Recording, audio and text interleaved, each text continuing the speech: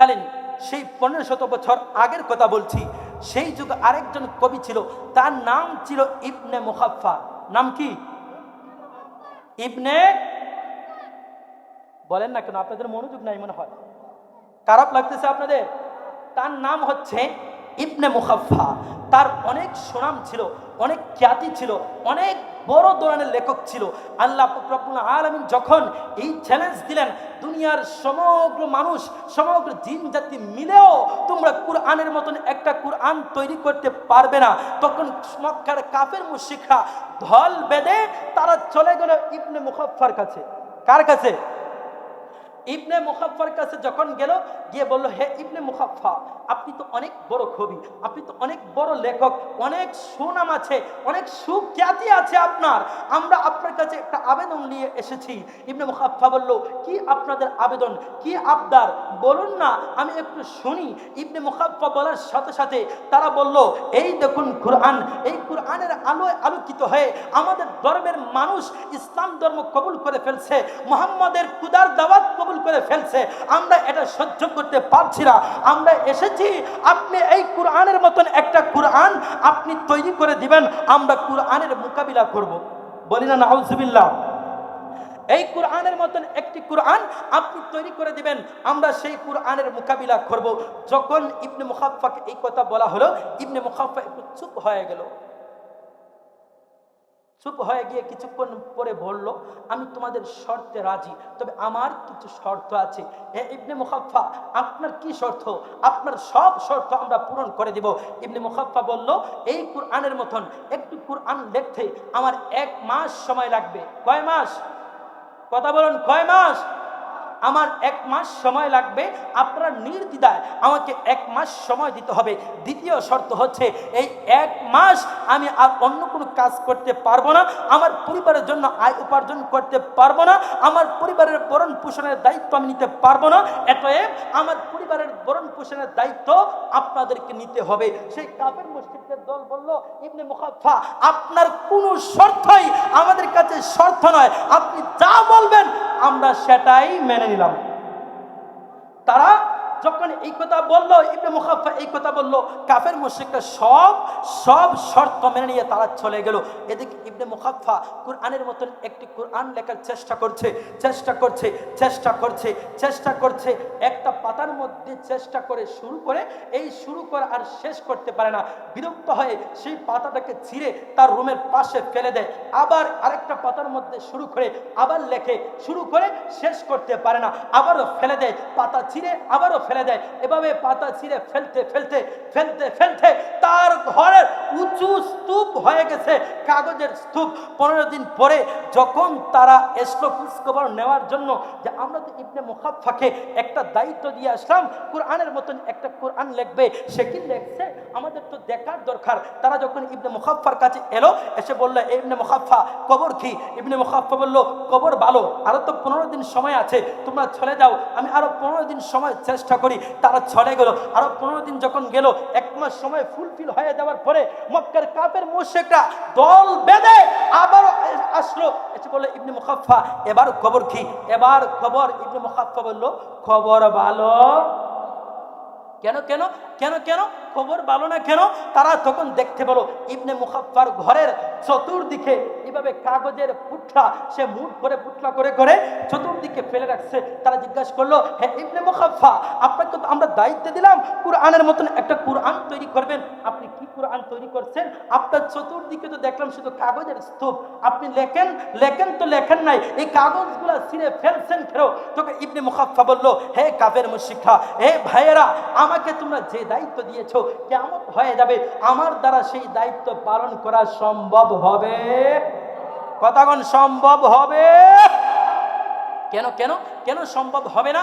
ইবনে মুখাফফা নির্দ্বিধায় স্বীকার করলো, এই কিতাব দুনিয়ার কোনো মানুষের কিতাব নয়, দুনিয়ার কোনো মানুষের লেখা নয়, দুনিয়ার কোনো মানুষের রচনা করা কিতাব নয়, বরং এই কিতাব আল্লাহ পাক রব্বুল আলামিন আসমানি কিতাব হিসাবে দুনিয়ার মধ্যে পাঠিয়েছেন। শুধু আমি ইবনে মুখাফফা নয়, দুনিয়ার সমস্ত মানুষ মিলার চেষ্টা করলেও এই কিতাবের মতন একটা কিতাব তৈরি করতে পারবে? সে ইবনে মুখাফফা কোরআনের মোকাবিলা করতে গিয়ে শেষ পর্যন্ত কোরআনের আলোয় আলোকিত হয়ে পড়ে নিল লা ইলাহা ইল্লাল্লাহু মুহাম্মাদুর রাসূলুল্লাহ সাল্লাল্লাহু আলাইহি ওয়াসাল্লাম। রাতের আঁধারে যারা সেজদাতে রয়, দু চোখের অশ্রু নদী যেন বয়। রাতের আঁধারে যারা সেজদাতে রয়, দু চোখের অশ্রু নদী যেন বয়। ছলনার হাত ছানি যতই আসুক, কখনো পিছে তাকায় না। আল্লাহুম্মা সাল্লি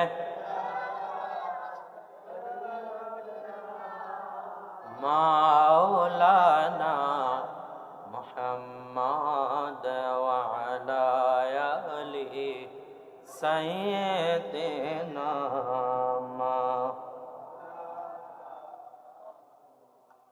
অসীম ক্ষমতা যার হাতের ওপর, যার নামে বয়ে যায় ঝর্ণা নহর। অসীম ক্ষমতা যার হাতের ওপর, যার নামে বয়ে যায় ঝর্ণা নহর। আল্লাহ আল্লাহ রবে সবে দিওয়ানা,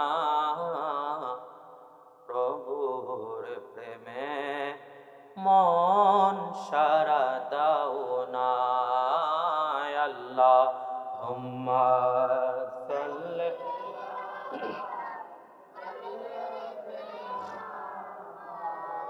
লানা মুহাম্মাদ ওয়া আলা আলি সাইয়্যিদিনা।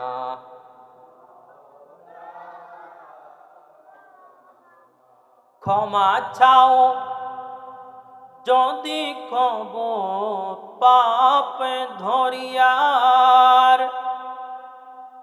ক্ষমা করে দেবেন প্রভু ক্ষমা বিলান। ক্ষমা চাও যদি কব পাপ ধরিয়ার, ক্ষমা করে দেবেন প্রভু ক্ষমা বিলান। দরবারে কেন তার হাত পাত না,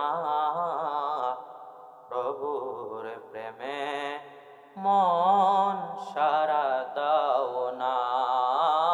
আল্লাহুম্মা সাল্লি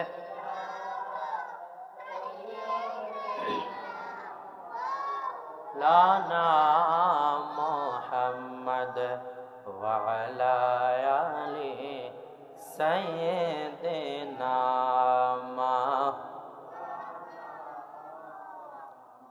সবাই একটু ধ্যানটাকে, মনটাকে, হৃদয়ের সমস্ত অনুভূতিকে উজাড় করে দিই, শরীরের সমস্ত শক্তিকে উজাড় করে দিই, ধ্যান এবং মন আল্লাহর দিকে ধাবিত করি।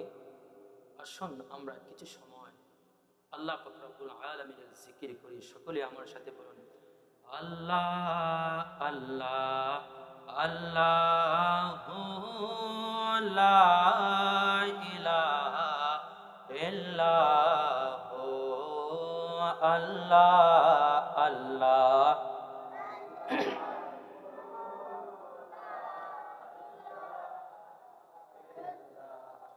আপনার নূরে আল্লাহ তাআলা সাজাইলেন ভুবন আপনার নূরে আল্লাহ তাআলা সাজাইলেন ভুবন আলোকে পেল আধার ধরণী আলোক পেল আধার ধরণী আপনারি কারণ নবীজি আল্লাহ আল্লাহ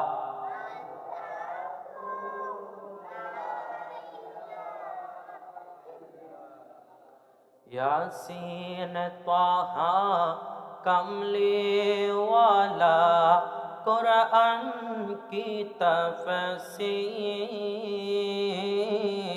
यासीन त्वाहा कमले वाला कुरान की तफसीर हाजिर नाजिर शाहिद कासिम हाजिर नाजिर शाहिद कासिम आया सिराजुम मनीर नबीजी अल्लाह अल्लाह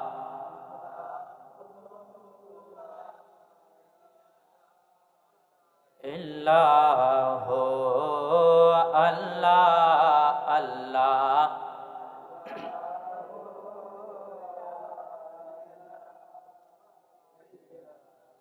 अव्वल आखिर सब कुछ जाने देखे बाईद क़रीब अव्वल आखिर सब कुछ जाने देखे बाईद क़रीब गायब की खबर देने वाले गायब की खबर देने वाले अल्लाह का हबीब नबीजी अल्लाह अल्लाह अल्लाह माशाल्लाह इल्लाह अल्लाह अल्लाह अल्लाह अल्लाह प्यारी सूरत हंसता चेहरा मुँह से जुड़ते नूर प्यारी सूरत हंसता चेहरा मुँह से जुड़ते फूल नूर का पुतला छत का टुकड़ा नूर का पुतला छत का टुकड़ा हक़्क़ा प्यारा रसूल नबीजी अल्लाह अल्लाह अल्लाह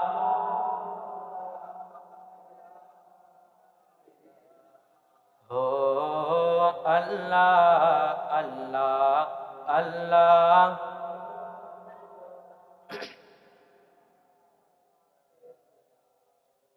ला इलाहा इल्लल्लाह मुहम्मदुर रसूलुल्लाह सल्लल्लाहु अलैहि वसल्लम ঘরগাঁও গাজীর মুখাম জামে মসজিদের উদ্যোগে পঞ্চম বার্ষিক সুন্নি মহাসম্মেলন উক্ত সুন্নি মহাসম্মেলনে আজ যিনি সভাপতিত্ব করছেন জনাব মোহাম্মদ এলাইসমিয়া সাবেক মেম্বার ও মোতাওয়াল্লি অত্র জামে মসজিদ সহ সভাপতি হিসাবে যিনি আছেন জনাব মোহাম্মদ হামিদুল্লাহ বিশিষ্ট মুরব্বী ভরখান্দে আজকের এই নূরানি ইমানি মহত্বপূর্ণ মাহফিলে প্রধান অতিথি হিসাবে যিনি নূরানি ইমানি তাকরির পেশ করবেন মুফাসসিরে কুরআন পীর তরিকত রাহনুমায়ে শরীয়ত গাজী মিল্লাত গাজী হযরত মাওলানা আলহাজ মুফতি মোহাম্মদ মনিরুল ইসলাম চৌধুরী মুরাদ সাহেব পীর সাহেব, স্নানঘাট, লতিফিয়া দরবার শরীফ, হবিগঞ্জ, সিলেট। বিশেষ অতিথি হিসাবে যিনি আপনাদের সম্মুখে ইতিমধ্যে আলোচনা পেশ করছেন, আমার নাম হযরত মাওলানা মুফতি শহীদুল ইসলাম জুনাইদ আহমদী সাহেব। আমি খেতাবতের দায়িত্ব আছি আল মদিনা কেন্দ্রীয় জামে মসজিদ, নারায়ণগঞ্জ, ঢাকা। এছাড়াও বিশেষ বক্তা হিসেবে যারা আছেন, কানি নুরুল ইসলাম, নুরুল হাসান হানাফি সাহেব, খতিব, বরগাঁও জামে মসজিদ।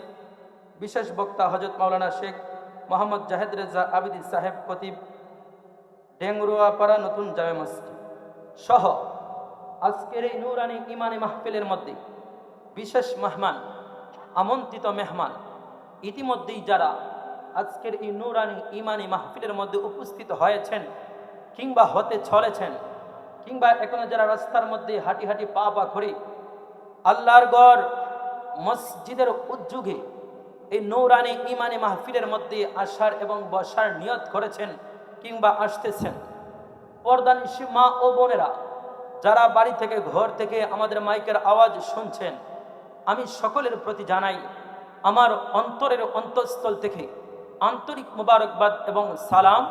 আসসালামু আলাইকুম ওয়া রাহমাতুল্লাহি তাআলা ওয়া বারাকাতুহু।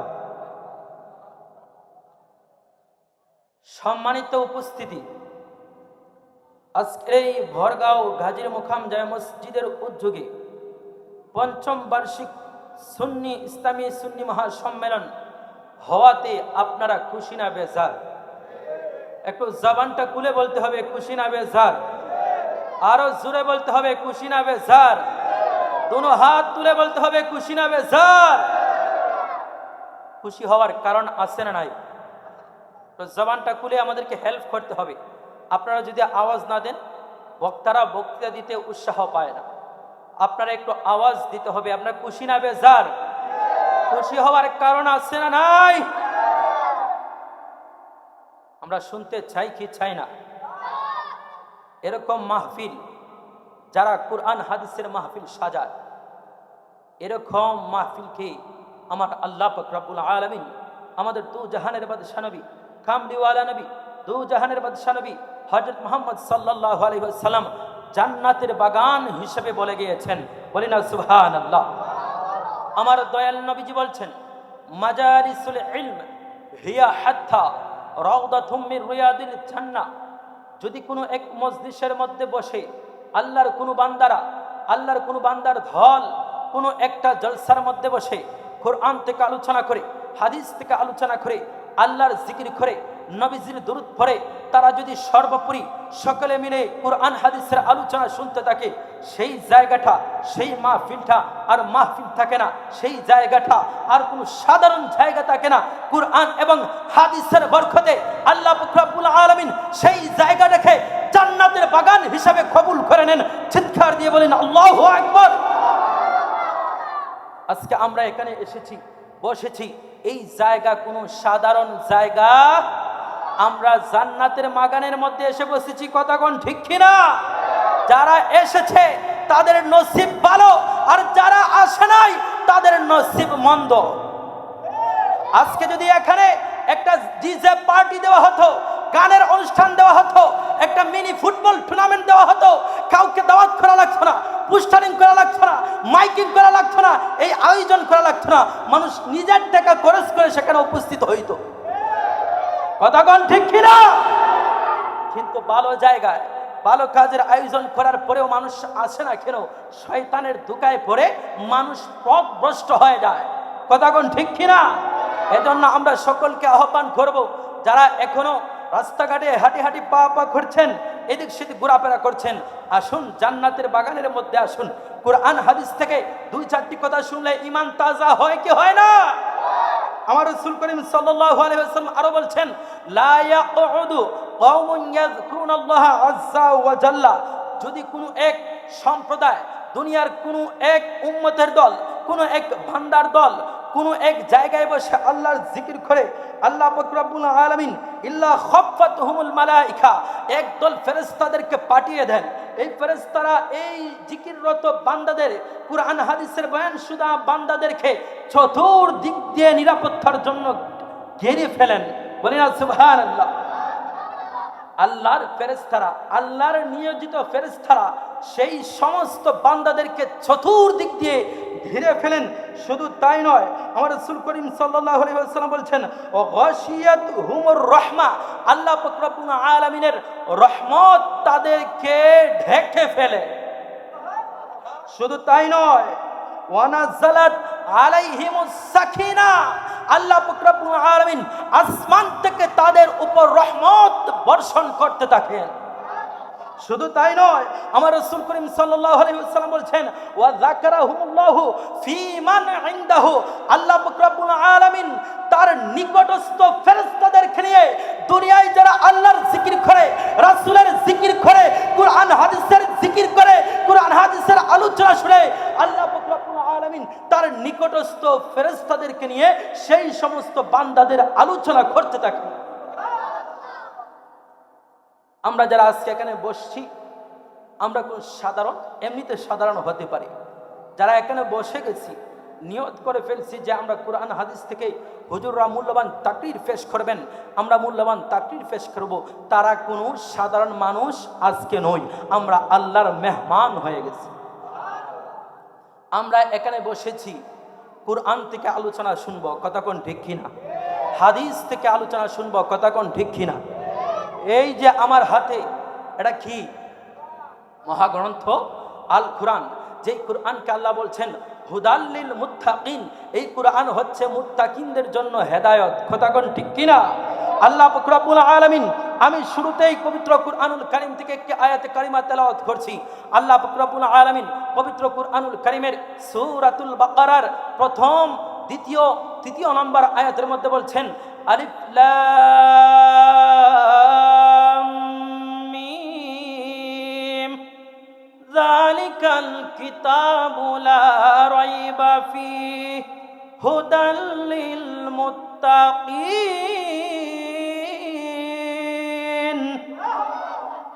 আলিফ লাম মিম, এটা হচ্ছে হরফে মুকাত্তিয়া, এটার অর্থ আল্লাহ এবং আল্লাহর রাসূল ছাড়া আর কেউ জানে। যালিকাল কিতাবু লা রাইবা ফি, আল্লাহ পরের অংশেই বলছেন যালিকাল কিতাবু লা রাইবা ফি, এটা এমন কিতাব, এটা এমন গ্রন্থ, এটা এমন জীবন বিধান, এই কিতাবের মধ্যে, এই কোরআনের মধ্যে, এই জীবন বিধানের মধ্যে কোনো সন্দেহ, কোনো ভুল নাই। আল্লাহ বলছেন হুদাল্লিল মুত্তাকিন, এই মুত্তাকিনদের জন্য আমার এই কিতাব হচ্ছে হেদায়েত। মুত্তাকিনদের জন্য কোরআন কি? হেদায়েত। আল্লাহকে জিজ্ঞেস করা হলো, আল্লাহ পবিত্র কুরআনুল কারীমের প্রথম আয়াতে, প্রথম দিকেই আপনি বলে দিয়েছেন যালিকাল কিতাবু লা রাইবা ফি, এই কিতাবে কোনো সন্দেহ নাই। কেন আপনি এই কথা বলেছেন? বাবারে বন্ধুরে আমার, গভীর মনোযোগ। দুনিয়ার অনেক লেখক আছে, কিতাব লেখে, দুনিয়ার অনেক রাইটার আছে, কিতাব লেখে, আছে না নাই? দুনিয়ার লেখকরা যখন কিতাব লেখে, কিতাবের শেষের দিকে তারা লিখে দেয়, প্রিয় পাঠক, আমার এই কিতাব অধ্যয়ন করে যদি আপনারা কোনো ভুল ত্রুটি পান, আমাকে সেই ভুল ত্রুটিগুলা জানিয়ে দিবেন, পরবর্তী সংস্করণে আমি তা সংশোধন করে নিব। বলে কি বলে না? প্রথম সংস্করণে সেই কথা বলল, দ্বিতীয়বার যখন আবার সেই কিতাবটা সংস্করণ করলো, আবারও সেই কিতাবের মধ্যে শেষের দিকে লিখে দিল, প্রিয় পাঠক, আপনারা আমার এই কিতাবটা অধ্যয়ন করার পরে যদি আপনারা এই কিতাবের মধ্যে কোনো ভুল দেখেন, আমাদেরকে জানিয়ে দিবেন, আমরা পরবর্তী সংস্করণে তা সংশোধন করে দিব। বলে কি বলে না?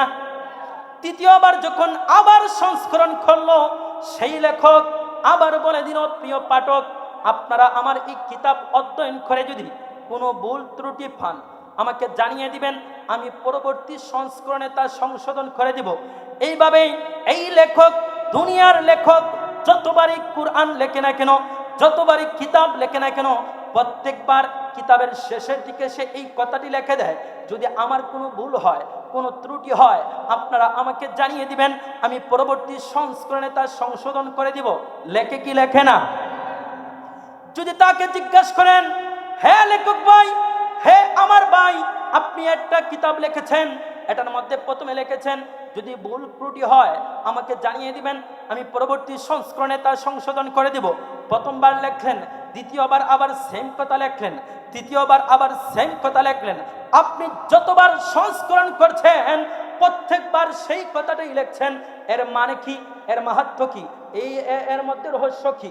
তখন কিতাবওয়ালা যে কিতাব লিখেছে সেই লেখক বলে, ভাই আপনি মানুষ, আমিও মানুষ, কথা কোন ঠিক কিনা? আপনি মানুষ, আমিও মানুষ, আর মানুষ মারতেই ভুল হয়। আল ইনসান মুরাক্কাব মিনাল খাতা'i ওয়ান নিসওয়ান। মানুষকে আল্লাহ পাক রব্বুল আলামিন ভুল দিয়ে, ভুলের সংমিশ্রণ দ্বারা সৃষ্টি করেছেন। মানুষের দ্বারা ভুল হওয়াটাই স্বাভাবিক। তবে ভুল যার হয় সে পরবর্তীতে কি করবে? আল্লাহ পাক রব্বুল আলামিন তওবার দরজা খোলা রাখছেন কি রাখছেন না? ভুলের উপরে প্রতিষ্ঠিত থাকা যাবে না। ভুল হওয়ার পরে ভুল বুঝতে পারলে সাথে সাথে তওবা করতে হবে। তখন সেই লেখক বলল, ভাই আমি লেখক হতে পারি, তবে আমি তো মানুষ, আমার দ্বারা ভুল হতে পারে। আমি মানুষ হিসাবে আমি যতবার আমার এই কিতাব সংস্করণ করি, আমার প্রত্যেকবারই মনে হয় আমার দ্বারা কোনো ভুল হতে পারে। এই জন্য প্রত্যেকবার আমি লিখে দেই, প্রিয় পাঠক, যদি আপনারা আমার কিতাবের মধ্যে কোনো ভুল দেখেন আমাকে জানিয়ে দিবেন, আমি পরবর্তী সংস্করণে তা সংশোধন করে দিব। কথা কোন ঠিক কিনা? মানুষ তার কিতাব হাজারবার সংস্করণ করার পরেও সে লিখে দেয়, আমার স্বীকার করে দেয় আমার মধ্যে ভুল থাকতে পারে, আমার কিতাবের মধ্যে ভুল থাকতে পারে, আমি ভুলের ঊর্ধ্বে নয়। আমার আল্লাহ বলছেন, আমি এমন এক কিতাব দিয়েছি, এই কিতাবের মধ্যে কোনো ভুল নাই, এই কিতাবের মধ্যে কোনো সংশয় নাই, এই কিতাবের মধ্যে কোনো ভুল ত্রুটি নাই। অতএব যে কিতাবকে ভুলের ঊর্ধ্বে মনে করতে পারবে তার জন্য আমার এই কিতাব হচ্ছে হেদায়েত। আরো জোরে বলেন সুবহানাল্লাহ। বাবারে, বন্ধুরে আমার, এমন এক কিতাবের আলোচনা শোনার জন্য বসেছি, সেই কিতাবের মধ্যে কোনো সন্দেহ নাই। আল্লাহ বলছেন হুদাল লিল মুত্তাকিন। আল্লাহ বলছেন হুদাল লিল মুত্তাকিন। এই কিতাব মুত্তাকিনদের জন্য হেদায়েত। আল্লাহ কখন হেদায়েত?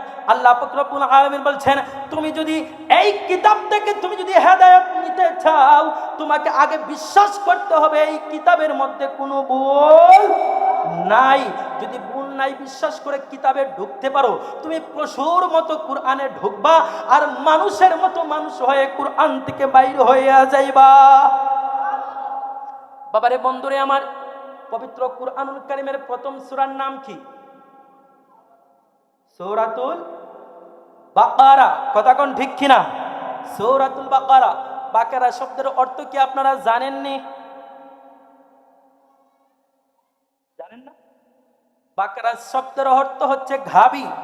গাভী পশু। গাভী মানে কি? পশু। কুরআনের আরেকটা সূরা আছে শেষের দিকে, যেই সূরাটার নাম হচ্ছে সূরাতুন নাস। পবিত্র কুরআনুল কারীমের শেষের সূরা কি বাজান? সূরাতুন নাস। বলুন না, আপনারা জানেন না? কোরআন পড়েন না আপনারা? পবিত্র কুরআনুল কারীমের শেষের সূরাটা হচ্ছে সূরাতুন নাস। তো আল্লাহকে জিজ্ঞাসা করা হলো, আল্লাহ পবিত্র কুরআনের প্রথম সূরা আপনি দিয়েছেন পশুর নামে সূরাতুল বাকারা, আর কুরআনের শেষের সূরা দিয়েছেন মানুষের নামে, এর মধ্যে রহস্য কি? আল্লাহ বলছেন, আমি পবিত্র কুরআনের প্রথম সূরা দিয়েছি সূরাতুল বাকারা, আর শেষের সূরা দিয়েছি সূরাতুন নাস। এই দিয়ে আমি বুঝিয়েছি, তুমি যদি কুরআনে বিশ্বাস নিয়ে ঢুকতে পারো, তুমি পশুর মতো কুরআনে ঢুকবা, আর বিশ্বাস নিয়ে যদি কুরআন অধ্যয়ন করতে পারো, তুমি মানুষের মতো মানুষ হয়ে কুরআন থেকে বাইরে হয়ে যাইবা। এটাই হচ্ছে কুরআনের হেদায়েত। কুরআন থেকে হেদায়েত নিতে ঈমানের প্রয়োজন আছে না নাই?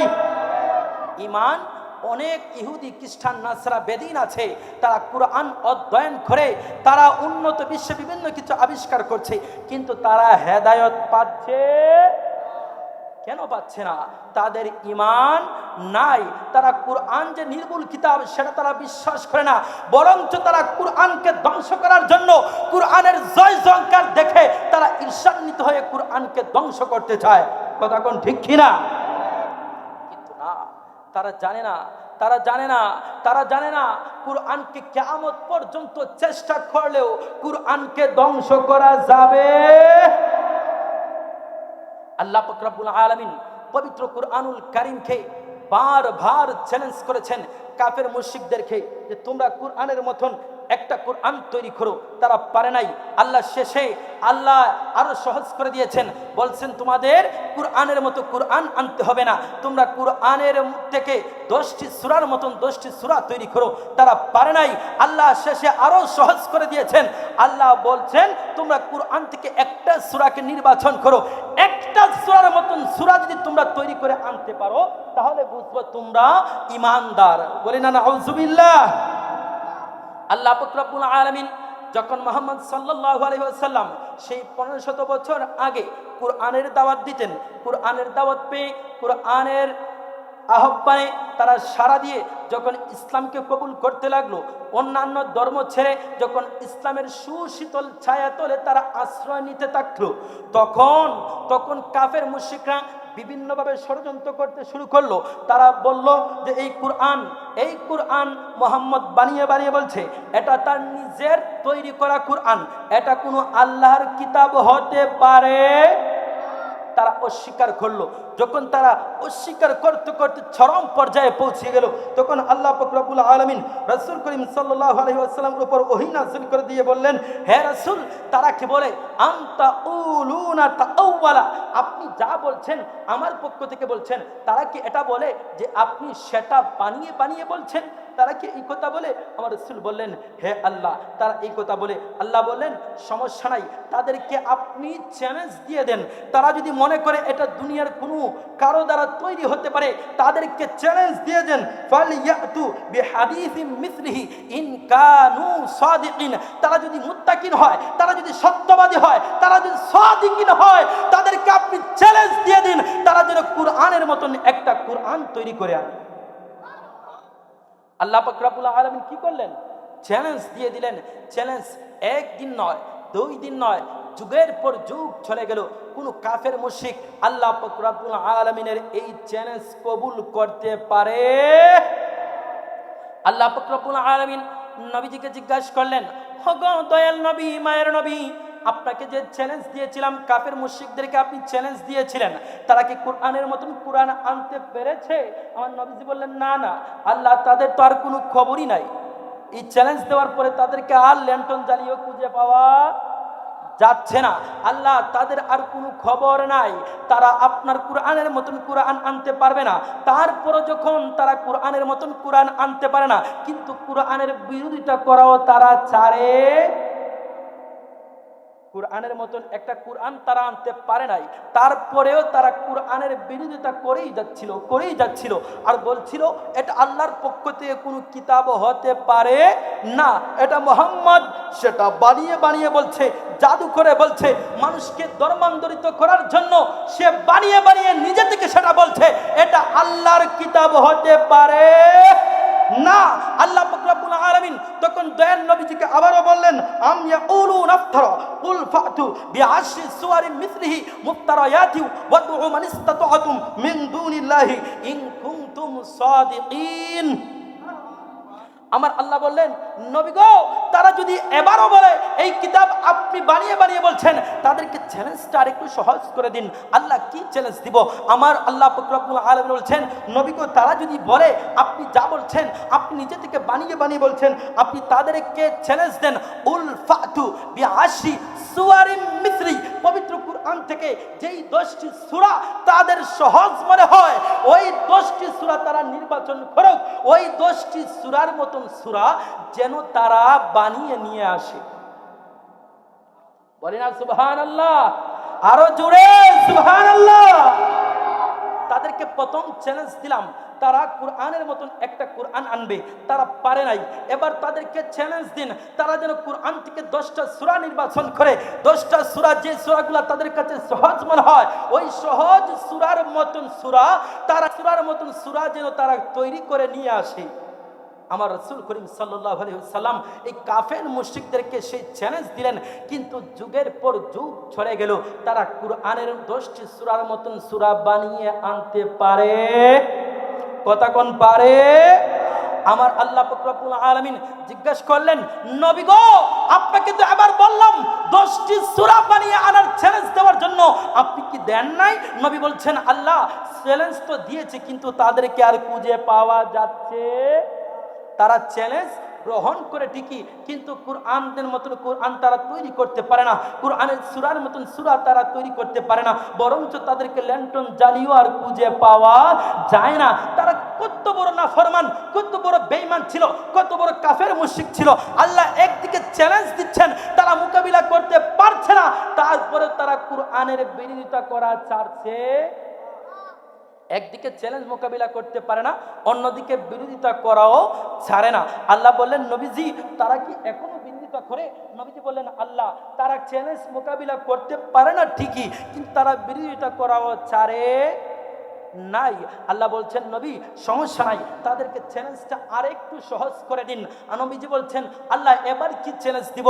আল্লাহ বলছেন নবী গো ওয়া ইন কুনতুম ফি রাইবি মিম্মা নাযালনা আলা আবদিনা ফাতু বিসূরাতিম মিন মিসলি। বলুন আল্লাহু আকবার।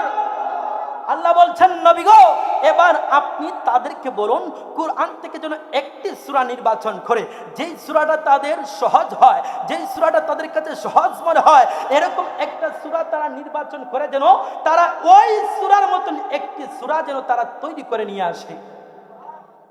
ওই সূরার মতন একটি সূরা যেন তারা তৈরি করে নিয়ে আসে। আমার দয়াল নবীজি আল্লাহর পক্ষ থেকে ওহী আসার পরে ওই একটি সূরা তৈরি করে আনার জন্য কাফেরদেরকে বললেন, এই কাফেররা, এই মুশরিকরা, এই বেঈমানরা, তোমরা কোরআনের বিরোধিতা করছো, দ্বীন ধর্মের বিরোধিতা করছো, আসো তোমাদেরকে চ্যালেঞ্জ আরো সহজ করে দিলাম। আল্লাহর পক্ষ থেকে তোমাদের জন্য সহজ চ্যালেঞ্জ এসেছে, এবার মোকাবিলা করো, এবার করো তো করো, এবার একটা সূরা তোমরা কোরআনের মতন একটা সূরা তোমরা তৈরি করে নিয়ে আসো। তাদেরকে আমার দয়াল নবীজি চ্যালেঞ্জ দিলেন। যুগের পর যুগ গেল, যুগের পর যুগ গেল, তারা কোরআনের একটা সূরার মতন সূরা তারা তৈরি করে আনতে পারে নাই, বরঞ্চ তারা কোরআনের বিরোধিতায় লিপ্ত ছিল। তারা কোরআনের জয় জংখার দেখে তাদের জ্বালা সহ্য হচ্ছিল না, কোরআনের নূরের আলো তাদের সহ্য হচ্ছিল না। তারা যুগের পর যুগ কোরআনকে ধ্বংস করার জন্য তারা উঠে পড়ে লেগেছিল। কিন্তু আল্লাহ পাক রব্বুল আলামিন দেখেন তাদেরকে কতভাবে চ্যালেঞ্জ দিয়েছেন। আল্লাহ বলছেন তোমরা যদি সত্যবাদী হও, তোমরা যদি মুমিন হও, তোমরা কোরআনের মতন একটা কোরআন তৈরি করে আনো। প্রথমে আল্লাহ কি বলছেন? একটা কোরআনের মতন একটা কিতাব তৈরি করে আনতে আল্লাহ বলছেন, তারা পারে নাই। আল্লাহ আরো সহজ করছেন, কোরআন থেকে 10টি সূরা নির্বাচন করো, যেই 10টি সূরা তোমাদের সহজ হয় ওই 10টি সূরার মতন সূরা তোমরা নির্বাচন করে আনো। তারা পারে নাই। আল্লাহ পাক রব্বুল আলামিন আরো সহজ করে দিলেন। এবার আল্লাহ বলেন কোরআন থেকে একটা সূরা নির্বাচন করো, ওই একটা সূরার মতন সূরা তোমরা নির্বাচন করে তৈরি করে নিয়ে আসো। কিন্তু তারা পারে নাই, পারে নাই, পারে নাই। কিয়ামত পর্যন্ত চেষ্টা করলে কি পারবে? কিয়ামত পর্যন্ত চেষ্টা করতে পারবে, কিন্তু তারা পারবে না। শেষ পর্যন্ত যখন তারা চ্যালেঞ্জ মোকাবিলা করতে পারে নাই, তখন আল্লাহ রাব্বুল আলামিন বলে দিয়েছেন উল্লাহ ইনজতামাআতিল ইনসু ওয়াল জিন্নু আলা আন ইয়াতু বিমিসলি হাযাল কুরআন লা ইয়াতুনা বিমিসলিহি ওয়ালাউ কানা বা'দুহুম লিবা'দিন যাহিরা। চিৎকার দিয়ে বলি সুবহানাল্লাহ। আল্লাহ বলছেন ওরে দুনিয়ার মানুষ, ওরে কাফের মুশরিকরা, দুনিয়ার সমগ্র সৃষ্টি, দুনিয়ার সমগ্র মানুষ তোমরা একত্রিত হয়ে যাও। প্রয়োজন হইলে সমগ্র জিন জাতিদেরকে তোমাদের সহযোগী হিসাবে তোমরা নিয়ে নাও। সমগ্র জিন জাতি এবং সমগ্র মানুষ জাতি মিলে যদি তোমরা চেষ্টা করো কুরআনের মতন, কুরআনের একটি আয়াতের মতন আয়াত তৈরি করতে, কিয়ামত হয়ে যাবে, তোমরা কুরআনের একটি আয়াতের মতন আয়াত তৈরি করতে পারবে? তারা জানে না এই কিতাব, এই কুরআন কোনো সাধারণ কিতাব নয়, কোনো সাধারণ কুরআন নয়। এর কিতাব হচ্ছে আল্লাহর কিতাব, এই কিতাব হচ্ছে নূর, এই কিতাব হচ্ছে, এই কিতাব চেরাগ বাতি নয়, এই কিতাব সূর্যের মতন, এই কিতাব চন্দ্রের মতন। কথা কোন ঠিক কিনা? এটা কোনো মামুলি চেরাগ বাতি নয় যে আপনি ফু দিবেন আর চেরাগ বাতি নিভে যাবে। চেরাগ বাতি ফু দিলেই নিভে যায়। কথা কোন ঠিক কিনা? 10 জন লাগে না, একজন ফু দিলে নিভে যায়। কুরআন কোনো চেরেক বাতি নয় যে আপনি ফু দিবেন, চেষ্টা করবেন আর কুরআনকে ধ্বংস করে ফেলবেন। কুরআন হচ্ছে ওই ইলেকট্রিসিটি বাল্বের মতন, যাকে লক্ষ লক্ষ নয় কোটি কোটি মানুষ মিলে একত্রে ফু দিলেও সেই ইলেকট্রিসিটি বাতি কি নিবানো যাবে? চন্দ্র যে আলো দেয়, সেই আলোকে দুনিয়ার সমগ্র সৃষ্টি মিলে যদি ফু দেয়, সেই আলো কি নিবানো যাবে? সূর্যে যে আলো দেয়, সেই আলোকে পৃথিবীর সমগ্র সৃষ্টি মিলে যদি ফু দেয় নিবানোর জন্য, সেই সূর্যকে কি নিবানো যাবে? যাবে না। এটা আল্লাহর কিতাব, আল্লাহ কুরআন দিয়েছেন, এটার সংরক্ষণের দায়িত্ব কে রেখেছেন? আল্লাহ বলছেন ইন্না নাহনু নাযালনা যিকরা ওয়া ইন্না লাহু লাহাফিজুন। আল্লাহ বলছেন এই কুরআন, এই কিতাব আমি আল্লাহ পাঠিয়েছি। এই কুরআন দুনিয়ার কেউ সংরক্ষণ করতে হবে না, আমি আল্লাহ আমার কুরআন সংরক্ষণ করব। দুনিয়ার শায়ের, দুনিয়ার কবি, দুনিয়ার লেখক কুরআনকে যখন গবেষণা করেন, উনি কোনো মুসলমান নয়, হিন্দু ধর্মের একজন লোক। উনার নাম হচ্ছে, উনি একজন লেখক প্লাস গায়ক, উনার নাম হচ্ছে নকুল কুমার বিশ্বাস। উনি কুরআনের আলোয় আলোকিত হয়ে উনি উনার লিখনিতে লেখছেন, হে কাফের মুশরিকরা, তোমরা যতই ষড়যন্ত্র করো না কেন, তোমরা যতই বিরোধিতা করো না কেন, কুরআন ধ্বংস করার জন্য তোমরা যদি পৃথিবীর সমস্ত কিতাবের ঘর, সমস্ত লাইব্রেরি তোমরা পুড়িয়ে দাও, তারপরে তোমরা কুরআনকে ধ্বংস করতে পারবে? উনি বলছেন যদি আগুন দিয়ে পুরানো হয় পৃথিবীর বইয়ের দোকান, তবু বিশ্ব থেকে হারাবে না। বলুন, আপনারা শুনেন নাই? কারণটা শুনছেন তো সবাই? একসাথে বলুন, যদি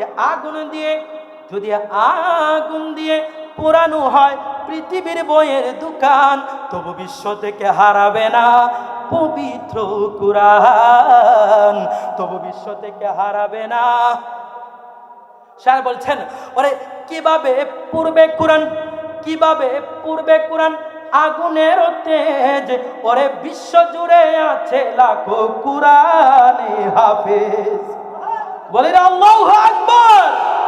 আপনাদের এলাকায় মনে হয় হাফেজ নাই? হাফেজ থাকলে তো আওয়াজ বড় হওয়ার কথা কোন ঠিক কিনা? আপনাদের আওয়াজে বোঝা যায় আপনাদের বংশের মধ্যে কোনো হাফেজ হয় নাই, ঠিক কিনা? হাফেজ আসেনি। এই হাফেজ যখন তার সিনার মধ্যে কুরআনটা ধারণ করে, তার সম্মান বাড়িয়ে দেন কে? এজন্য শায়ের লেখেন, কি করে পূর্বে কুরআন আগুনের তেজ, কি করে পূর্বে কুরআন আগুনের তেজ, ওরে বিশ্ব জুড়ে আছে লাখো কুরআনে হাফেজ। এই আমার সোনার বাংলাদেশে যত হাফেজ আছে, সারা বিশ্বের অন্য কোন দেশে এত হাফেজ। প্রত্যেক বছর আপনারা দেখেন আমাদের বাংলাদেশের হাফেজরা বিশ্ব চ্যাম্পিয়ন হয়ে আমাদের দেশের মুখকে উজ্জ্বল করে নিয়ে আসে, কিন্তু তাদের জন্য রাষ্ট্রীয় কোনো সংবর্ধনা থাকে না। তাকে কার জন্য? ক্রিকেটারের জন্য, ফুটবলারের জন্য, নায়কের জন্য, গায়কের জন্য। আরে ভাই, সংবর্ধনা যদি দিতে হয় একমাত্র কুরআনের হাফেজদেরকে দেওয়া উচিত। কথা কোন ঠিক কিনা? কিন্তু কুরআনের হাফেজদেরকে সংবর্ধনা দেওয়া হয় না। আল্লাহ পাক রব্বুল আলামিন আল্লাহর কিতাব মানুষের সিনার মধ্যে লিপিবদ্ধ করে রেখেছেন। দুনিয়ার সমস্ত কাফের মুশরিকরা চেষ্টা করলেও সেই কুরআনকে ধ্বংস করতে পারবে। দুনিয়ার এমন আর কোনো কিতাব নাই, আর কোনো বই নাই, আর কোনো গ্রন্থ নাই কুরআনের মতন এত হাফেজ আছে। এটা এমন কোরআন, আল্লাহ পাক রব্বুল আলামিন এই কোরআনকে এত সহজ করে দিয়েছেন। পড়লে মজা লাগে, পড়াইলে মজা লাগে, শুনলে মজা লাগে, শুনাইলে মজা লাগে। পড়লে সব, পড়াইলে সব, দেখলে সব, দেখাইলে সব, শিখলে সব, শিখাইলে সব। আমার নবীজি বলছেন, খায়রুকুম মান তাআল্লামাল কুরআনা ওয়া আল্লামাহু। যে কুরআন শিখলো আর যে কুরআন শিখাইলো, তারা উভয় আল্লাহর কাছে উত্তম মানুষ। বলেন সুবহানাল্লাহ। আমাদের সন্তানদেরকে আমরা কুরআন শিখাই কিনা? শিখান মুখে বলেন, কিন্তু কুরআনের শিক্ষা এখন আমাদের সন্তানরা পায় না। কথা কোন ঠিক কিনা? আমাদের মা বোনরা, আমাদের অভিভাবকরা এখন আমাদের সন্তানদেরকে ফজরের পরপরই পাঠিয়ে দেন কিন্টারগার্টেনে। কথা কোন ঠিক কিনা? সকালে যে মক্তবে গিয়ে কোরআন পড়বে তারা সেটা প্রয়োজন মনে করেন না। আর যদিও একটা প্রাইভেট টিউটর রেখে, হুজুর রেখে তারা কোরআন বাচ্চাদেরকে শিখাতে চান, এই হুজুরকে অফার করেন কত? 500 টাকা। আর একজন কিন্ডার গার্ডেনের স্টুডেন্টদেরকে একটা স্যার যখন এসে পড়ায়, তার মাসিক ফি তাকে 4 থেকে 5,000 টাকা।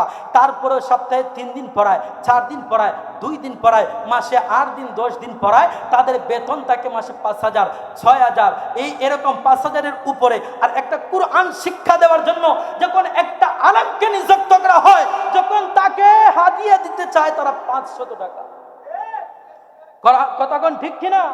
এই দুনিয়াবী শিক্ষা এই দুনিয়ায় থেকে যাবে, কিন্তু কোরআনের শিক্ষা, এই কোরআনের শিক্ষা দুনিয়ায়ও কাজে আসবে, কবরেও কাজে আসবে, হাসরেও কবর আসবে। আল্লাহ পাক রব্বুল আলামিন এই কোরআনের মাধ্যমে শুধু কোরআন তেলাওয়াতকারীকে নয়, কোরআন তেলাওয়াতকারীর মাকে, বাবাকে, কোরআনের হাফেজকে আল্লাহ পাক রব্বুল আলামিন এমন 10 জন জাহান্নামীকে জান্নাতে নিয়ে যাওয়ার হুকুম দিবেন, আদেশ দিবেন, অনুমতি দিবেন, যাদের জন্য জাহান্নাম নিশ্চিত হয়ে গেছে। যার জন্য কি হয়ে গেছে? জাহান্নাম নিশ্চিত হয়ে গেছে। আল্লাহ একজন কোরআনের হাফেজকে বলবেন, তুমি তোমার ওই আত্মীয় স্বজন যাদের জাহান্নাম নিশ্চিত হয়ে গেছে তাদেরকে ধরে ধরে তোমার সাথে তুমি জান্নাতে নিয়ে যাও। কোরআনের হাফেজদেরকে আল্লাহ বলবেন, এই কোরআনের হাফেজ, তুমি কোরআনের 6666টা আয়াত তেলাওয়াত করো, এক একটা আয়াত তেলাওয়াত করো, আর এক একটা জান্নাতের এক একটা সিঁড়ি তুমি উপরে উঠে যাও। কোরআনের হাফেজ কোরআনের এক একটি আয়াত তেলাওয়াত করবে, আর জান্নাতের এক একটি স্তরের মধ্যে সে উত্তীর্ণ হবে, সেটার মধ্যে সে উঠতে থাকবে। একদম কোরআন তেলাওয়াত শেষ করতে করতে সে জান্নাতের সর্বোচ্চ স্থানে সে পৌঁছে যাবে। আল্লাহ পাক রব্বুল আলামিন কোরআনের এত মর্যাদা দিয়েছেন। আমরা আমাদের সন্তানদেরকে কোরআন শিক্ষা দিব তো? সবাই বলে ইনশাআল্লাহ। আল্লাহ পাক রব্বুল আলামিন আমাদের সন্তানদের কোরআনের শিক্ষায় শিক্ষিত করুক, সকলে বলি আমিন। তো শায়ের বলছেন, কি করে পূর্বে কোরআন, কি করে পূর্বে কোরআন আগুনের তেজ, ওরে বিশ্ব জুড়ে আছে লাখো কোরআনে হাফেজ, তারা ছাপাইয়া আসমানি গ্রন্থ, ছাপাইয়া আসমানি গ্রন্থ, বাঁচাবে ইসলামের মান, তবু বিশ্ব থেকে হারাবে না পবিত্র কোরআন, তবু বিশ্ব থেকে হারাবে না।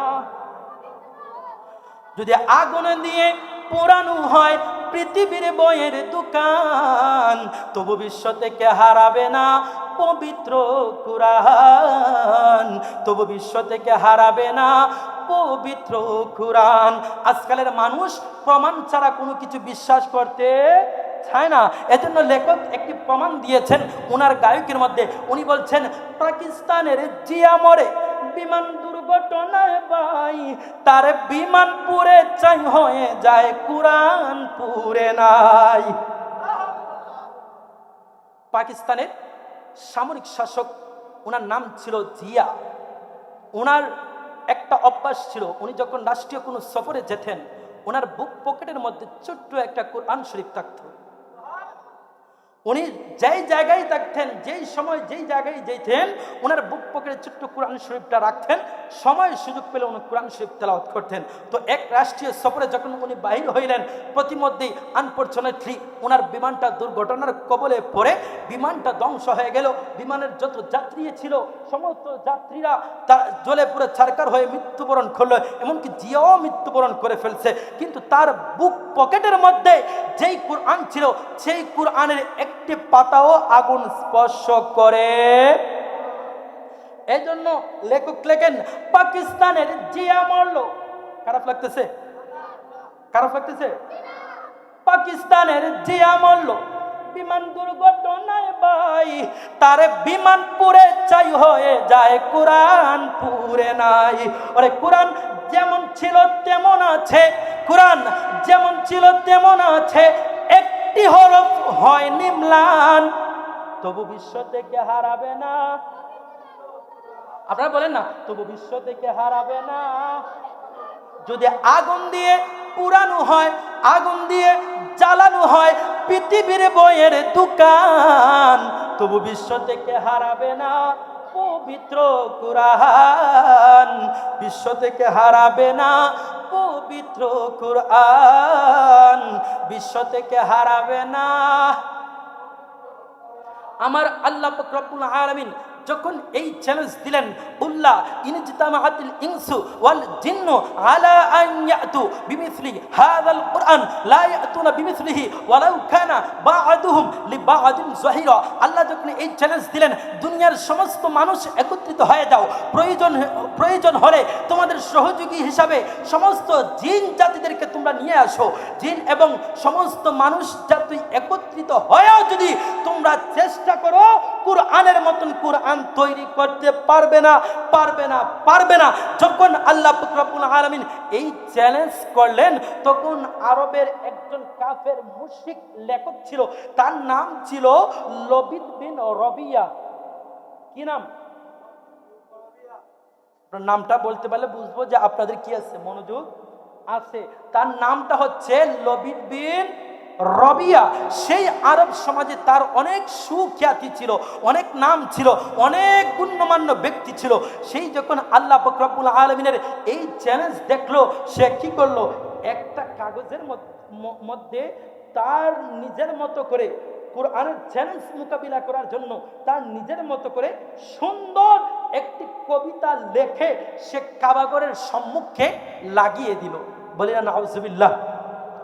একজন মুসলমান সেটা দেখতে পেল, দেখতে পারার পরে ওই মুসলমান কি করলেন, কুরআন থেকে একটি সূরাকে কাগজের মধ্যে লিখে ওই লবিদ বিন রবিয়ার কবিতার পাশে সে কুরআনের একটি সূরাকে লাগিয়ে দিল। বলেন আল্লাহু আকবার। পরের দিন যখন লবিদ বিন রাবিয়া এলো দেখতে যে সে যে কবিতাটা লেখে গেছে সেই কবিতাটার কি অবস্থা দেখার জন্য যখন এলো, এসে দেখে তার কবিতার পাশে পবিত্র কুরআনুল কারীমের একটি সূরা কে যেন লিখে দিছে। সে এই কুরআনের সূরাটা হাত নিয়ে দেখে আর বলে, না এটা দুনিয়ার কারো লেখা হতে পারে। কথা বলুন। সে বলল, এটা দুনিয়ার কোনো কারো লেখা হতে পারে না। ওই কুরআনের সূরা দেখে সেই কুরআন তারা পড়ে, সেই কুরআন দেখে পড়ে সে এমন ভাবে মুগ্ধ হলো, সাথে সাথে সে স্বীকার করলো এটা দুনিয়ার কারো লেখা হতে পারে না, এটা হচ্ছে রব্বুল আলামিনের পক্ষ থেকে নাজিলকৃত কুরআনের আয়াত। সে এই কুরআনের প্রতি ঈমান এনে সাথে সাথে কালিমা পড়ে মুসলমান হয়ে এমন মুসলমান হয়ে গেল, পরবর্তীতে সে আর কোনোদিন কবিতাই লেখে নাই। আরে বাবা, কবিতার কি? কবিতা তো হচ্ছে, কবিতা মানে কি, যে কবিতার ছন্দের সাথে ছন্দের কি থাকে, মিল থাকে। যেমন আমরা ছোটবেলায় কবিতা বলছি, ওই দেখা যায় তাল গাছ, ওই আমাদের ওই কানেতে বাস করে, ছন্দের সাথে ছন্দের মিল আছে না?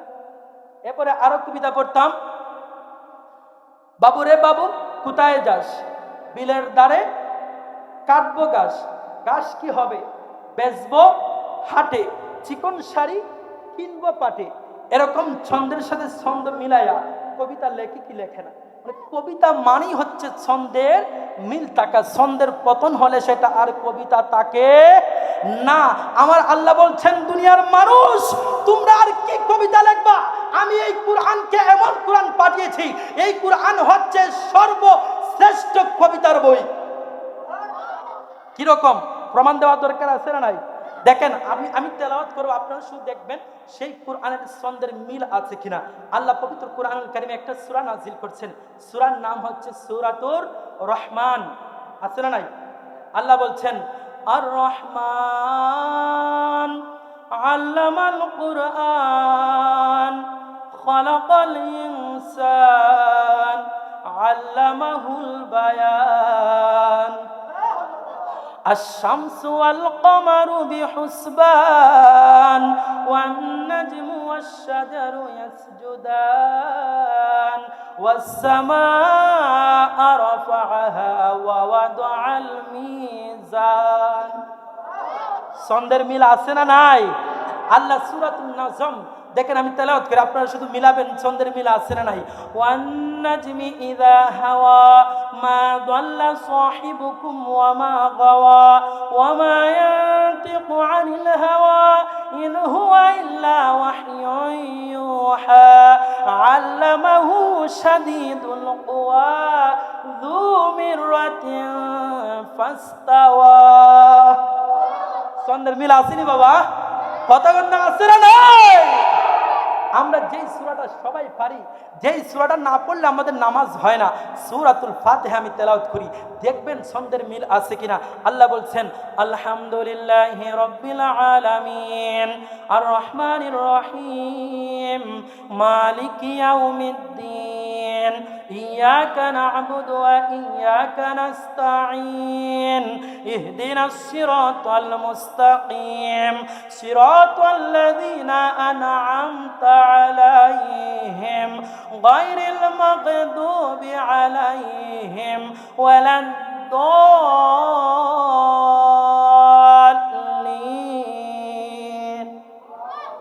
ছন্দের মিল আছে না নাই? কুরআনের সবচেয়ে শেষের সূরা সূরাতুন নাস, আল্লাহ বলছেন কুল আউযু বিরাব্বিন নাস মালিকিন নাস ইলাহিন নাস মিন শাররিল ওয়াসওয়াসিল খান্নাস আল্লাযী ইউওয়াসওয়িসু ফি সুদুরিন নাস মিনাল জিন্নাতি ওয়ান নাস। এভাবে প্রত্যেকটা সূরার প্রত্যেকটি আয়াতের সাথে প্রত্যেকটি আয়াতের আল্লাহ ছন্দের মিল রেখেছেন। এত দুনিয়ার সমস্ত কবিতার কিতাব, কবিতার হয় আমার কুরআনের কাছে ফেল। কথা কোন ঠিক কিনা? এই কুরআন পড়লে মানুষ হেদায়েত পায়। দুনিয়ার এমন কোনো কিতাব নেই যেই কিতাব থেকে মানুষ পরিপূর্ণ হেদায়েত পেতে পারে। কথাগণ ঠিক কিনা? এই কুরআনের এই ইহুদি আমেরিকা এমন কোনো দিন নেই যেই দিন কুরআনের আকর্ষণে, কুরআনের নূরে আলোয় আলোকিত হয়ে এই মানুষ দলে দলে ইসলামের সুশীতল ছায়াতলে আশ্রয় নিচ্ছে না, এমন কোনো দিন নাই। কুরআন যুগের পর যুগ বিধর্মীদেরকে, ইহুদি খ্রিস্টানদেরকে চ্যালেঞ্জ করে এসেছে, কিন্তু কেউ কোনোদিন কোনো সময় চ্যালেঞ্জ মোকাবিলা করতে পারে নাই, ভবিষ্যতেও পারবে। কথা বলেন, পারবে। তৎকালীন সেই 1500 বছর আগের কথা বলছি, সেই যুগে আরেকজন কবি ছিল, তার নাম ছিল ইবনে মুখাফফা। নাম কি? ইবনে, বলেন না কেন, আপনাদের মনোযোগ নাই মনে হয়, খারাপ লাগতেছে আপনাদের। তার নাম হচ্ছে ইবনে মুখাফফা। তার অনেক সুনাম ছিল, অনেক খ্যাতি ছিল, অনেক বড় ধরনের লেখক ছিল। আল্লাহ রব্বুল আলামিন যখন এই চ্যালেঞ্জ দিলেন, দুনিয়ার সমগ্র মানুষ, সমগ্র জিন জাতি মিলেও তোমরা কুরআনের মতন একটা কুরআন তৈরি করতে পারবে না, তখন মক্কার কাফের মুশরিকরা ঢল বেঁধে তারা চলে গেল ইবনে মুখাফফার কাছে। কার কাছে? ইবনে মুখাফফার কাছে যখন গেল, গিয়ে বলল, হে ইবনে মুখাফফা, আপনি তো অনেক বড় কবি, আপনি তো অনেক বড় লেখক, অনেক সুনাম আছে, অনেক সুখ্যাতি আছে আপনার, আমরা আপনার কাছে একটা আবেদন নিয়ে এসেছি। ইবনে মুখাফফা বলল, কি আপনাদের আবেদন, কি আবদার, বলুন না, আমি একটু শুনি। ইবনে মুখাফফা বলার সাথে সাথে তারা বলল, এই দেখুন কুরআন, এই কুরআনের আলোয় আলোকিত হয়ে আমাদের ধর্মের মানুষ ইসলাম ধর্ম কবুল করে ফেলছে, মুহাম্মাদের খুদার দাওয়াত কবুল করে ফেলছে, আমরা এটা সহ্য করতে পারছি না, আমরা এসেছি আপনি এই কুরআনের মতন একটা কুরআন আপনি তৈরি করে দিবেন, আমরা কুরআনের মোকাবিলা করব। বলি না নাউজুবিল্লাহ।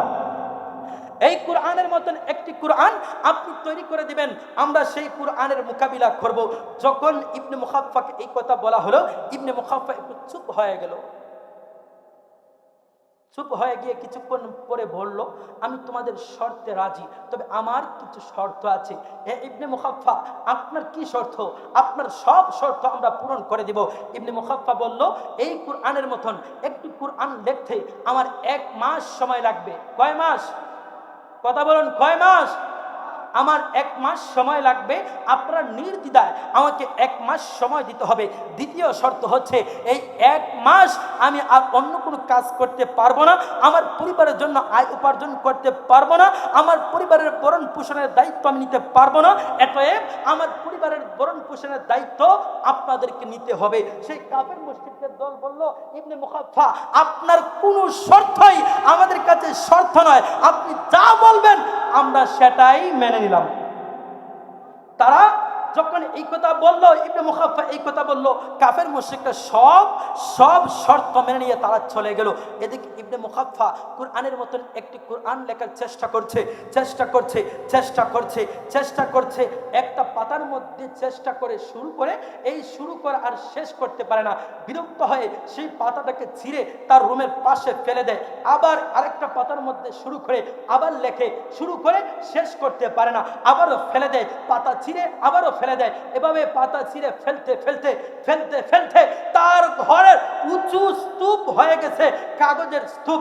15 দিন পরে যখন তারা এসলো খোঁজখবর নেওয়ার জন্য যে আমরা তো ইবনে মুখাফফাকে একটা দায়িত্ব দিয়ে আসলাম, কুরআনের মতন একটা কুরআন লিখবে, সে কি লিখছে আমাদের তো দেখার দরকার। তারা যখন ইবনে মুখাফফার কাছে এলো, এসে বলল, ইবনে মুখাফফা কবর কি? ইবনে মুখাফফা বলল, কবর ভালো, আরো তো 15 দিন সময় আছে, তোমরা চলে যাও, আমি আরো 15 দিন সময় চেষ্টা করি। তারা চলে গেল। আরো 15 দিন যখন গেল, 1 মাস সময় ফুলফিল হয়ে যাওয়ার পরে মক্কার কাফের মুশরিকরা দল বেঁধে আবার আসলো, এসে বলল, ইবনে মুখাফফা এবার খবর কি? এবার খবর। ইবনে মুখাফফা বলল, খবর ভালো। কেন খবর ভালো না কেন? তারা তখন দেখতে পেল ইবনে মুখাফফার ঘরের চতুর্দিকে এভাবে কাগজের পুটলা, সে মুঠ করে পুটলা করে চতুর্দিকে ফেলে রাখছে। তারা জিজ্ঞাসা করলো, হে ইবনে মুখাফফা, আপনাকে তো আমরা দায়িত্ব দিলাম কুরআনের মতন একটা কুরআন তৈরি করবেন, আপনি কি কুরআন তৈরি করছেন? আপনার চতুর্দিকে তো দেখলাম শুধু কাগজের স্তূপ, আপনি লেখেন নাই, এই কাগজগুলা ছিঁড়ে ফেলছেন ফেরো। তোকে ইবনে মুখাফফা বলল, হে কাফের মুশরিকরা, হে ভাইয়েরা, আমাকে তোমরা যে দায়িত্ব দিয়েছো, কিয়ামত হয়ে যাবে, আমার দ্বারা সেই দায়িত্ব পালন করা সম্ভব হবে? কথাগণ সম্ভব হবে? কেন সম্ভব হবে না? ইবনে মুখাফফা নির্দ্বিধায় স্বীকার করলো, এই কিতাব দুনিয়ার কোনো মানুষের কিতাব নয়, দুনিয়ার কোনো মানুষের লেখা নয়, দুনিয়ার কোনো মানুষের রচনা করা কিতাব নয়, বরং এই কিতাব আল্লাহ পাক রব্বুল আলামিন আসমানি কিতাব হিসাবে দুনিয়ার মধ্যে পাঠিয়েছেন। শুধু আমি ইবনে মুখাফফা নয়, দুনিয়ার সমস্ত মানুষ মিলার চেষ্টা করলেও এই কিতাবের মতন একটা কিতাব তৈরি করতে পারবে? সেই ইবনে মুখাফফা কুরআনের মোকাবিলা করতে গিয়ে শেষ পর্যন্ত কুরআনের আলোয় আলোকিত হয়ে পড়ে নিল, লা ইলাহা ইল্লাল্লাহু মুহাম্মাদুর রাসূলুল্লাহ সাল্লাল্লাহু আলাইহি ওয়াসাল্লাম। এজন্য স্যার বলেন, সমাধান চাও যদি জীবনে মরণে, খুঁজে যাও ফিরে যাও চোখ রাখো কুরআনে। সমাধান চাও যদি জীবনে মরণে, ফিরে যাও খুঁজে নাও চোখ রাখো কুরআনে। এই দুনিয়া আর সেই দুনিয়া, মুক্তি পাবে তুমি দুজাহানে। সমাধান চাও যদি মরণে, ফিরে যাও খুঁজে নাও চোখ রাখো কুরআনে। সমাধান চাও যদি জীবনে মরণে, ফিরে যাও খুঁজে নাও। কুরআনে এমন কোনো সেক্টর নাই, এমন কোনো বিষয় নাই যেই বিষয় মানব জীবনের সাথে সম্পৃক্ত, এমন কোনো বিষয় নাই যেই বিষয় সম্পর্কে আল্লাহ পাক রব্বুল আলামিন পুঙ্খানুপুঙ্খানু সমাধান দেন নাই। আল্লাহ পাক রব্বুল আলামিন এই কুরআনকে একটা পূর্ণাঙ্গ জীবন বিধান হিসাবে মুসলমানদের জন্য শ্রেষ্ঠ নবীর উপর শ্রেষ্ঠ কিতাব নাজিল করেছেন। এই কুরআনের আলোয় আলোকিত হয়ে সারা বিশ্বের মানুষ এখন ইসলামের সুশীতল ছায়াতলে আশ্রয় নিচ্ছে। বলি না আল্লাহু আকবার। মিশরের একজন প্রেসিডেন্ট ছিলেন, নাম ছিল জামাল আবদুন নাসের। নাম কি? জামাল আব্দুল নাসের উনি রাষ্ট্রীয় প্রয়োজনে বিভিন্ন দেশে কি করতেন, সফর করতেন। তো যখন উনি কোনো এক দেশের মধ্যে, আমেরিকার মধ্যে কি করলেন, সফর করলেন, ওনার সাথে বিভিন্ন এমপি মন্ত্রীরা কি করলো, সাথে গেল। যখন সেই দেশের মধ্যে তারা নামলো, তাদেরকে সংবর্ধনার সহিত তাদেরকে বরণ করে নেওয়া হলো। তাদেরকে জামাল আব্দুল নাসেরকে জিজ্ঞাসা করা হলো, হ্যাঁ জামাল আব্দুল নাসের, আপনার ডান পাশে যিনি, উনি কে? জামাল আব্দুল নাসের পরিচয় করে দিলেন, উনি হচ্ছে আমার দেশের অর্থমন্ত্রী। ওনারা প্রশ্ন করে, আপনার বাম দিকে যে, উনি কে? ওনারা বলল, এই জামাল আব্দুল নাসের বললেন, উনি হচ্ছেন আমার দেশের স্বরাষ্ট্রমন্ত্রী। উনি কে? উনি হচ্ছে আমার দেশের ধর্মীয় মন্ত্রী। উনি কে? আমার দেশের অমুক মন্ত্রী। সবাইকে যখন পরিচয় করে দেওয়া হলো, ওনারা বলল, হ্যাঁ জামাল আব্দুল নাসের, বুঝলাম আপনার আশেপাশে যারা আছে এরা কোনো মন্ত্রী, কিন্তু আপনার পিছনে একজনকে দেখা যাচ্ছে যার পরনে জুব্বা, মাথায় পাগড়ি, তার মুখে দাঁড়িয়ে আছে, তার নাম কি? তার নাম কি? তার নাম কি? যখন জামাল আব্দুল নাসের বলছেন উনি হচ্ছেন রিসাইটার, উনি হচ্ছেন আবৃত্তিকারী, ওনার নাম কি? জামাল আব্দুল নাসের বলেন, ওনার নাম হচ্ছে কারি আব্দুল বাসিত ইবনে আব্দুস সামাদ। ওনারা জিজ্ঞাসা করলেন যে উনি কি করেন? জামাল আব্দুল নাসের বললেন, উনি হচ্ছেন রিসাইটার, আবৃত্তিকারী, তেলাওয়াতকারী। যখন আমাদের অশান্ত মন, আমাদের শান্ত মন যখন অশান্ত হয়ে যায়, কারি আব্দুল বাসিত আমাদেরকে কুরআন তেলাওয়াত করে শোনান, আর সেই কুরআন তেলাওয়াত শুনে আমাদের অশান্ত হৃদয় শান্ত হয়ে যায়। বলেন আল্লাহু আকবার। তারা যখন জামাল আব্দুল নাসেরের মুখ থেকে এই কথা শুনলো, তখন তারা বললো, হে জামাল আব্দুল নাসের, আমাদের মন অশান্ত হলে তো আমরা কিছু একটা করি। কি করি? বলে, আমরা করি বেল্লি ডান্স। বিভিন্ন নর্তকীদেরকে আনে, আমরা নাচ করাই। এই নাচের মধ্যে আমরা মদ খাই, ডান্স করি, বিভিন্ন উদযাপন করি। করার পরে আমরা আমাদেরকে ভুলে যাই, আমাদের দুঃখ ভুলে যাই, কষ্ট ভুলে যাই, আমাদের সমস্ত হিংসা, অহংকার, বিদ্বেষ সমস্ত কিছু আমরা ভুলে যাই। তবে আপনি যেহেতু আজ বলছেন আপনার কারি কুরআন তেলাওয়াত করে আর আপনাদের হৃদয় শান্ত হয়ে যায়, আমাদের সেই অনুষ্ঠান আজ বাদ। আজকে আপনার কুরআনের কারির তেলাওয়াত আমরা শুনব। আজকে আমরা আপনার কুরআনের কারির তেলাওয়াত শুনবো, দেখবো আমরা শান্তি পাই কিনা।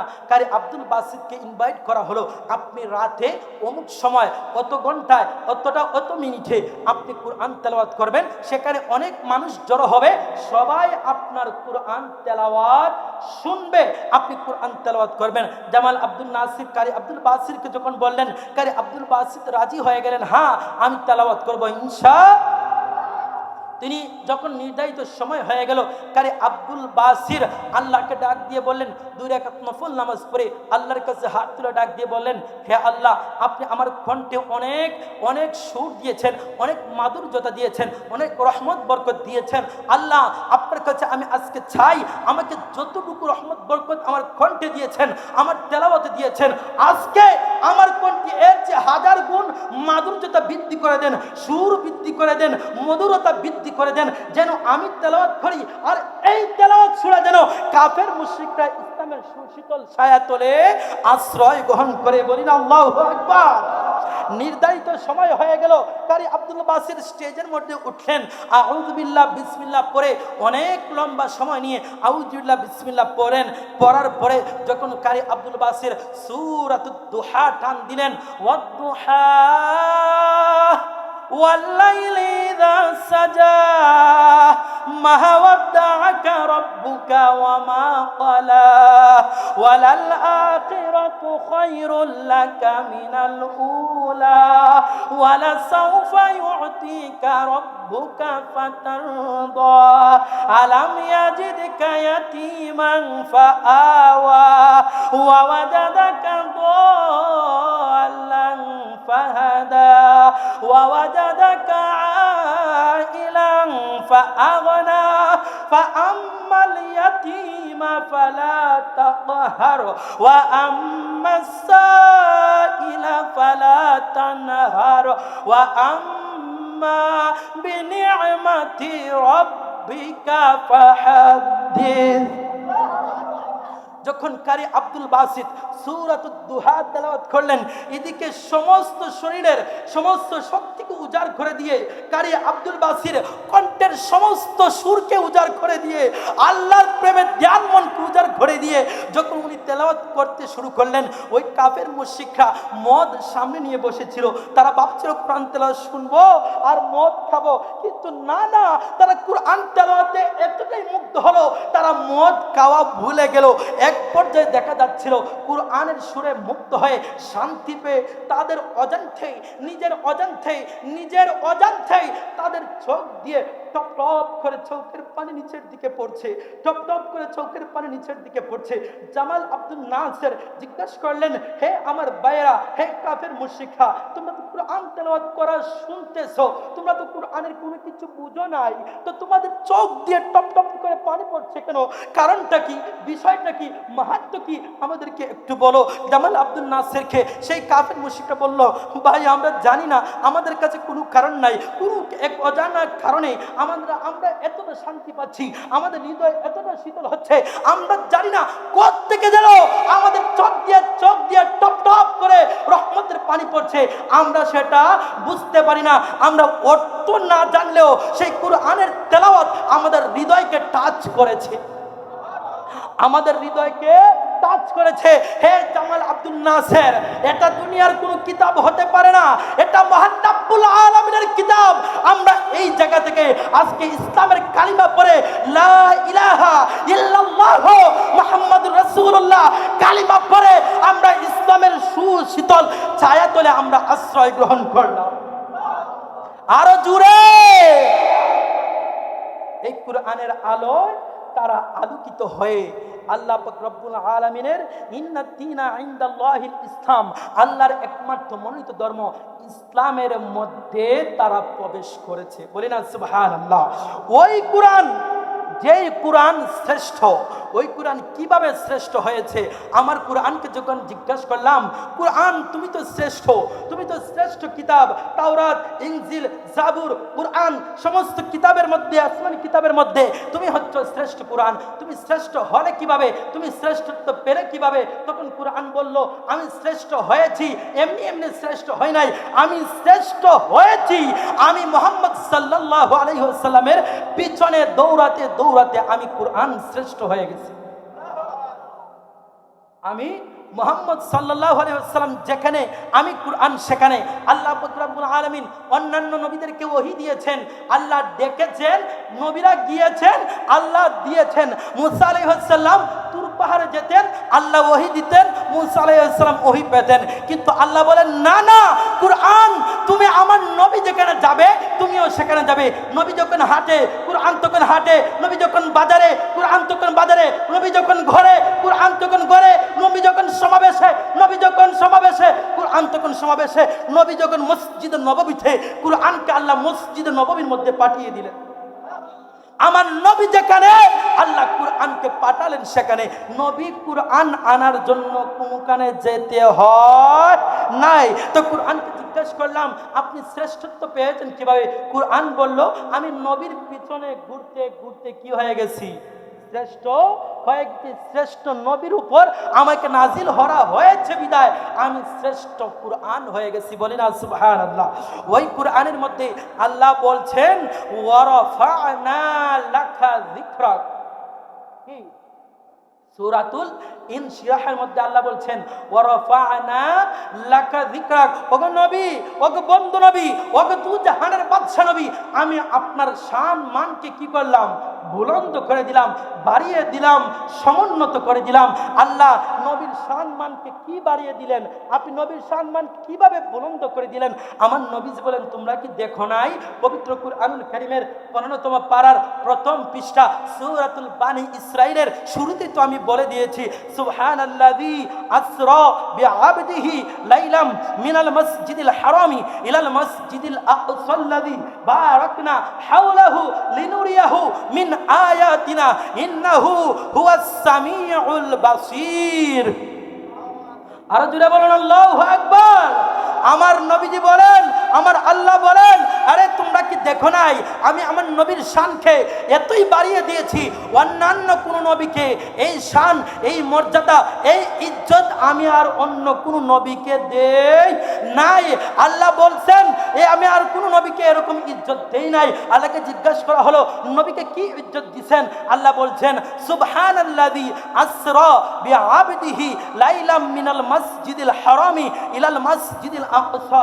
আমি আমার নবীজিকে মসজিদে হারাম থেকে মসজিদে আকসা, মসজিদে আকসা থেকে আরশে মুআল্লা পর্যন্ত করিয়েছি।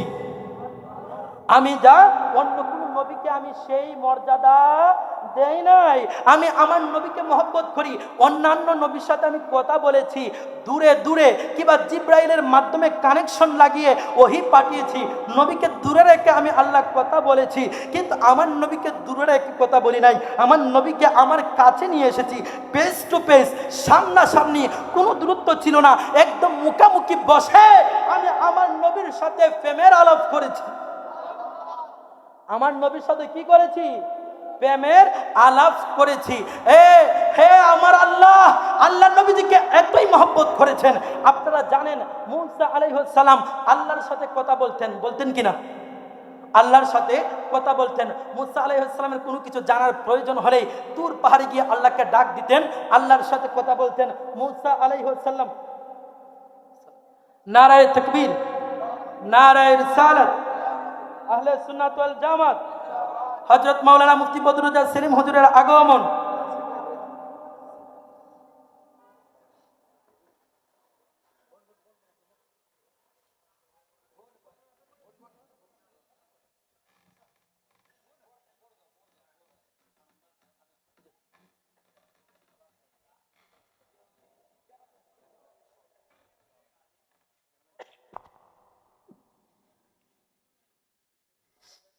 সবাইকে দূরত্ব দিয়ে আল্লাহুম্মা সাল্লি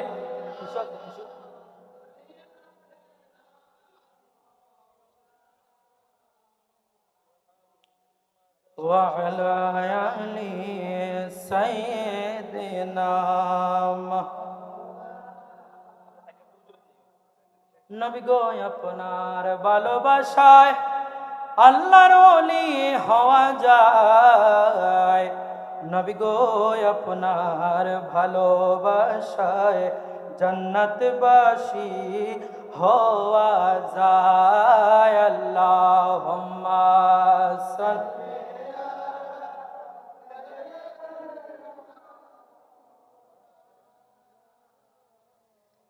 ওয়া আলা আলি সাইয়্যিদিনা।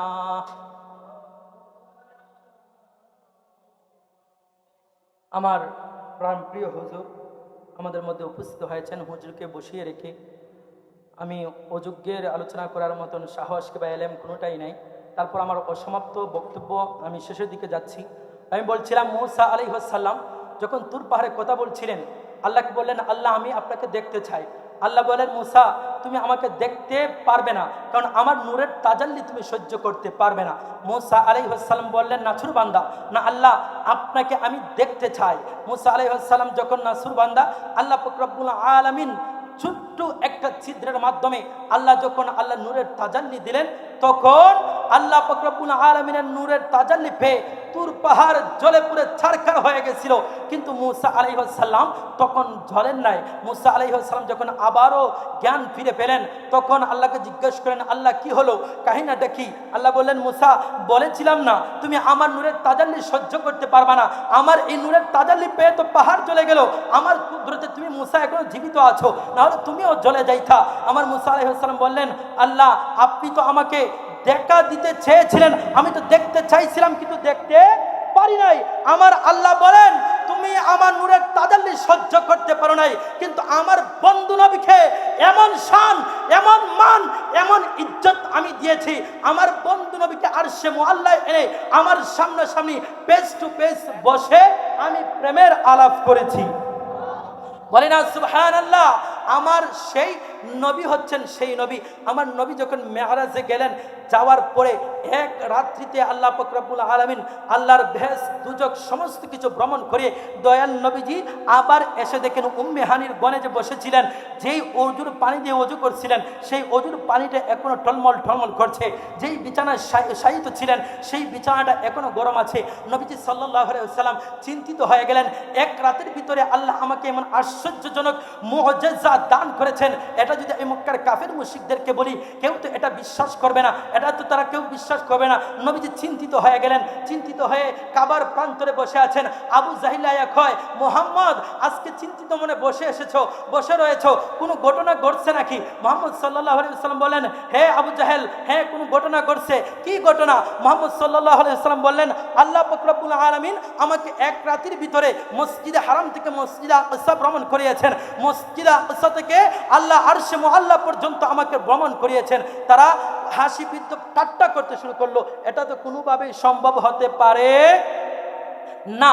তারপরে আল্লাহ পাক রব্বুল আলামিন যখন তারা এটা সহ্য করতে পারলো না, তারা বিভিন্ন প্রশ্ন করতে শুরু করলো, তুমি যদি আমাদেরকে ওই মসজিদে আকসার বর্ণনা দিতে পারো, কেননা ইতিমধ্যে তাদের মধ্য থেকে কিছু মানুষ ইতিপূর্বে মসজিদে আকসা ভ্রমণ করেছে, মসজিদে আকসার কিছু নিদর্শন তাদের জানা ছিল। তারা বলে, তুমি যদি পুঙ্খানুপুঙ্খানুভাবে মসজিদে আকসার নিদর্শন আমাদেরকে বলতে পারো, তাহলে আমরা ধরে নেব আসলেই তোমার প্রভু তোমাকে ভ্রমণ করিয়েছেন। সেই জামানায় মসজিদে হারাম থেকে মসজিদে আকসায় যেতে লাগতো 1 মাস সময়, আর নবীজি দাবি করছিলেন এক রাতের ভিতরে আল্লাহ এত লম্বা পথ নবীজিকে ভ্রমণ করিয়েছেন।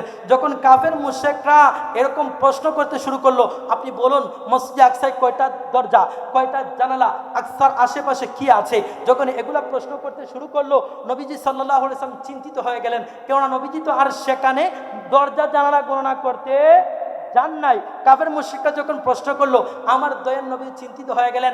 আল্লাহ বললেন, নবী গো, আপনাকে কাফের মুশরিকরা প্রশ্ন করছে, চিন্তা করার কারণ নাই। বন্ধু তো আপনি আমি, বন্ধু তো আপনি আমার, আপনি কিভাবে লজ্জিত হবেন? আমার আল্লাহ পাক রব্বুল আলামিন মসজিদে আকসাকে তখন দয়াল নবীজির সামনে যেভাবে আমরা আয়নার মধ্যে মুখ দেখি, সেইভাবে আমার আল্লাহ মসজিদে আকসাকে দয়াল নবীজির সামনে উপস্থাপন করলেন। আর আমার দয়াল নবী মসজিদে আকসাকে দেখে দেখে বলে দিয়েছেন যে মসজিদে আকসায় কয়টা দরজা, কয়টা জানালা। আল্লাহ পাক রব্বুল আলামিন আমাদেরকে কোরআনের মর্যাদা, আমাদের দয়াল নবীজির মর্যাদা বুঝার তৌফিক দান করুন। সকলে বলি আমিন।